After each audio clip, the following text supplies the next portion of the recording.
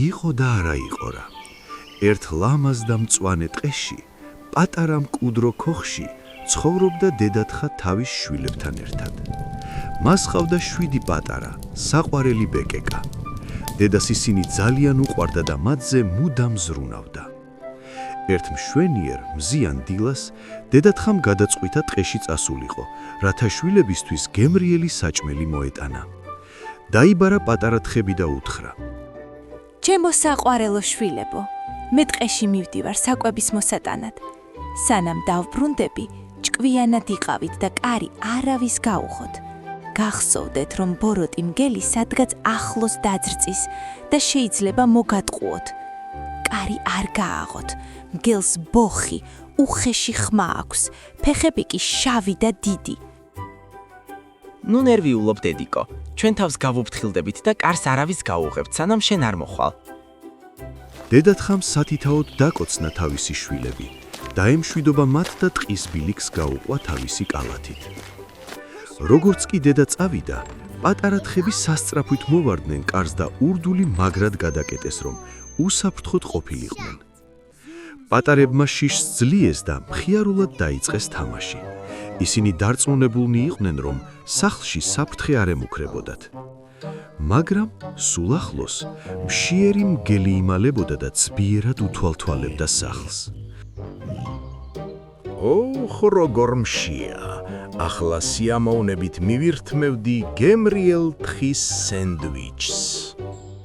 მგელი ჩუმად მივიდა ქოხთან ახლოს, თავისი დიდი თათი კარზე დააკაკუნა და ძბიერი ხმით თქვა: გააღეთ კარი, ჩემო საყვარელო შვილებო. დედა დაბრუნდა და თქვენთვის ტკბილი საჩუქრები მოიტანა. პატარა თხებმა თამაში შეწყვიტეს. მათ მაშინვე გაიგონეს კარს უკან უხეში და საშიში ხმა, რომელიც დედას არ ეკუთვნოდა. შენ ჩვენი დედა არ ხარ, ჩვენს დედიკოს ნაზი ხმა აქვს, შენ კი უხეში და საშიში ხმა გაქვს. ჩვენ ვიცით ვინც ხარ, შენ მგელი ხარ. წადი აქედან, ჩვენ კარს არ გაგიღებთ, ბოროტო მგელო. მგელი ძალიან გაბრაზდა, რომ ვერ მოატყუა ისინი. ის სირბილით გაეშურა მაღაზიისკენ, რათა შაქარი ეყიდა. მან იყიდა შაქარი და გადაყლაპა, რათა მისი უხეში ხმა შერბილებულიყო და დედის ხმას მიმსგავსებოდა. მგელი ისევ დაბრუნდა, მოემზადა და ამჯერად ძალიან ფრთხილად დააკაკუნა კარზე. გააღეთ, პატარებო. დედა დაბრუნდა. ნახეთ რა გემრიელი ტკბილეული მოგიტანეთ ტყიდან. ხმა მართლაც ნაზი იყო, მაგრამ ჭკვიანმა თიკნებმა გადაწყვიტეს კარების ქვემოთ ღრიჭოში გაეხებათ. მათ დაინახეს მგლის დიდი, შავი და ბანჯგვლიანი თათები, რომლებიც კარის ზღრუბლზე იდგა.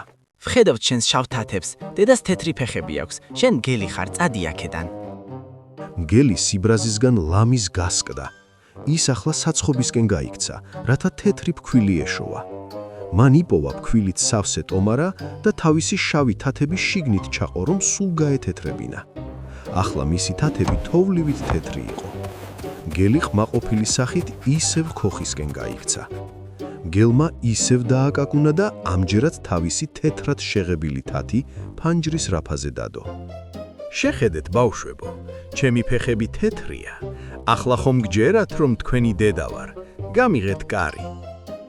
პატარა თხებმა დაინახეს თეთრი თათი და იფიქრეს, რომ ეს მართლაც მათი საყვარელი დედა იყო. ბენიმ ურდული გადასწია და მძიმე კარი ფართოდ გააღო.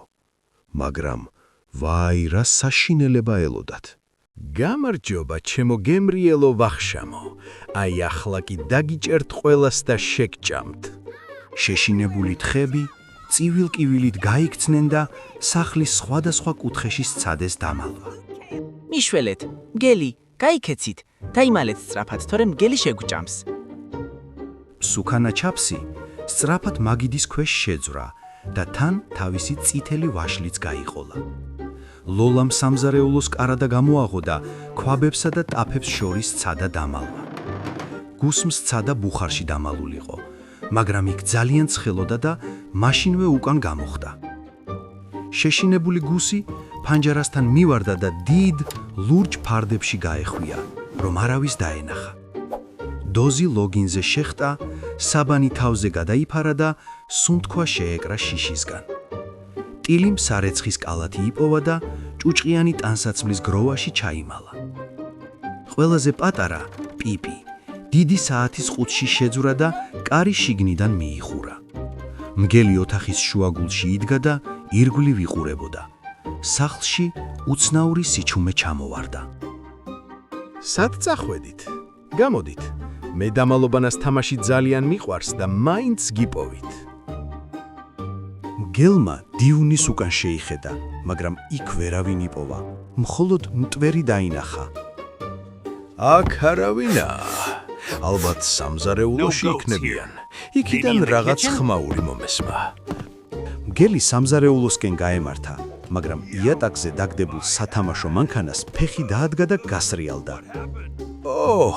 ვაი, ფეხი ვიდგიმე, ვინ დაყარა ეს სათამაშოები აქ? ეს რა მოუხენხებელი სახლია. უცებ მან დაინახა პატარა კუდი, რომელიც სამზარეულოს კარადიდან მოჩანდა და კარი გამოაღო. აჰა, დაგიჭირე. ქვაბებში იმალებოდი? ახლა ჩემი ხარ, პატარა თიკანო. მგელმა ლოლა დაიჭირა და კუთხეში მანეჟში ჩასვა, საიდანაც გაქცევას ვერ შეძლებდა. შემდეგ მგელმა დაინახა, რომ ლურჯი ფარდები მოძრაობდა, გუსი შიშისგან კანკალებდა. მან გუსიც დაიჭირა და ლოლასთან ერთად ჩასვა. ახლა მას უკვე ორი თხა ჰყავდა. უცებ მგელმა ვაშლის სუნი იგრძნო. მან თავი დახარა და მაგიდის ქვეშ შეიხედა. გამარჯობა, მსუქანავ. ეგ ვაშლი ძალიან გემრიელად გამოიყურება და შენც ასევე. მგელმა ჩაფსი ფეხით გამოითრია მაგიდის ქვემოდან და დანარჩენებთან ერთად გამოკეტა. შემდეგ მგელმა საწოლს შეხედა, სადაც საბნის ქვეშ დიდი ბორცვი მოჩანდა. გაიღვიძე, ძილის გუდა, გეყოფა ძილი, დროა ჩემთან ერთად წამოხვიდე. მან დოზიც აიყვანა ხელში და დანარჩენებთან ერთად ოთახის კუთხეში მანეჟში ჩასვა. მგელმა 6 პატარა თიკანი იპოვა და ყველა ერთად ოთახის კუთხეში გამოკეტა. მგელმა დაიწყო მე-7 თიკნის ძებნა. მან ყველა უჯრა გამოაღო, მაგრამ ვერავინ იპოვა. მგელმა პიპი ვერსად იპოვა, რადგან ის უსაფრთხოდ იჯდა დიდი საათის ყუთში და სუნთქვას იკავებდა. სად არის ის ციცქნა? ნუ თუ ფრთები გამოესხა და გაფრინდა, სად შეიძლება იყოს? ამდენი სირბილისგან მგელი ძალიან დაიღალა. მან ოფლი მოიწმინდა და მძიმე დამოისუნთქა. როგორ დავიღალე, ძალიან მშია, მაგრამ ჯერ ცოტას წავიძინებ, ძალებს მოვიკრებ და მერე შევჭამ პატარა თხეებს. მგელი სავარძელში მოკალათ და თვალები დახუჭა და მაშინვე ღრმად ჩაეძინა. 6 პატარა თიკანი ყუთხიში იჯდა, ერთმანეთს ეხუტებოდნენ და შიშისგან კანკალებდნენ. პიპმა ფრთხილად გამოაღო საათის კარი და თავი გარეთ გამოყო, რომ ენახა რა ხდებოდა. სცინავს? გონის სცინავს. ძალიან ჩუმად უნდა ვიყო, რომ არ გავაღვიძო. უცებ კარი გაიღო და დედათხა შემოვიდა. მას კალათი ხელიდან გაუვარდა იმის დანახვაზე, რაც სახლში დახვდა.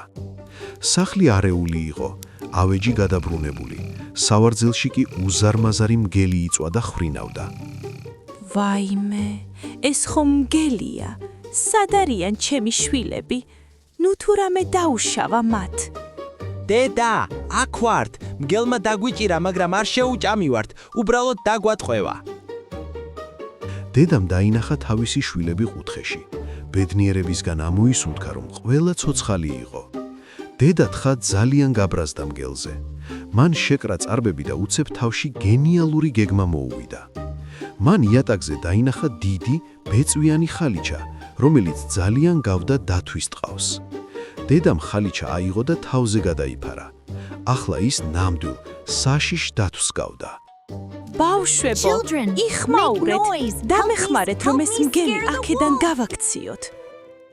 დედა დადგა ფანჯარასთან ისე, რომ მისი ჩრდილი უზარმაზარ მონსტრად გამოჩენილიყო კედელზე. მძინარე მგელს სახეზე საშიში დიდი ჩრდილი დაეცა. მან თვალი გაახილა და შეცბა.